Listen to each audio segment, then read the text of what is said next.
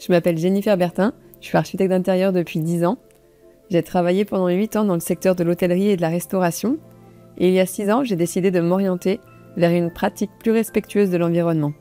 J'ai créé l'agence Intérieur Durable.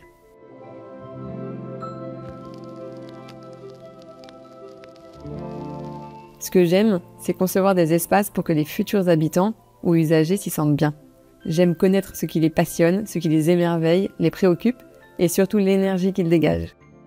J'ai grandi dans une famille de restaurateurs et le début de ma carrière est clairement teinté de cet univers dans lequel je me sens très à l'aise. Mon approche de l'architecture d'intérieur se distingue par différents aspects. Tout d'abord, je me focalise sur l'humain et son bien-être. Comme il est relatif à chacun, je fais du sur-mesure. Je développe aussi une approche durable de la conception à la réalisation du chantier. J'intègre des matériaux de réemploi, des produits biosourcés et je privilégie le travail des artisans locaux.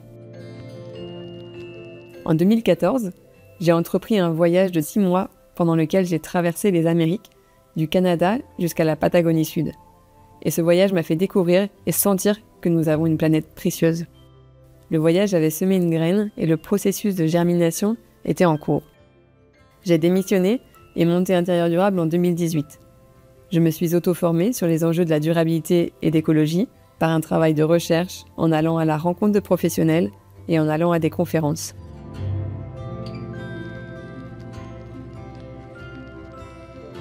Mon stage chez Marqueterie chez Nicolas Adnet m'a passionnée. J'étais émerveillée par leur amour du métier et leur univers. Ils m'ont donné le goût d'apprendre et d'oser la couleur, les aménagements narratifs. Un de mes projets les plus ambitieux est le Co-Living Around à Aubervilliers. Il s'agit de 3 maisons en colocation, conçues pour être responsables et durables. Nous avons conservé et restauré un maximum d'équipements existants. Certains ont même été détournés de leur fonction première. Par exemple, des marches d'escalier en bois massif sont devenues des étagères. Pour le reste du mobilier, 80% a été chiné en brocante. Et pour les douches, un système de récupération permet de réintégrer la chaleur des eaux usées à l'eau propre.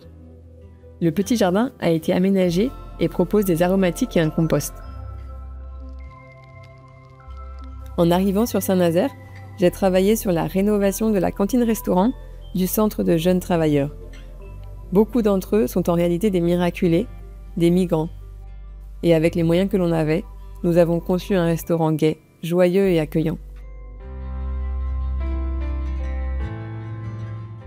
Aujourd'hui, j'ai envie de travailler à plusieurs.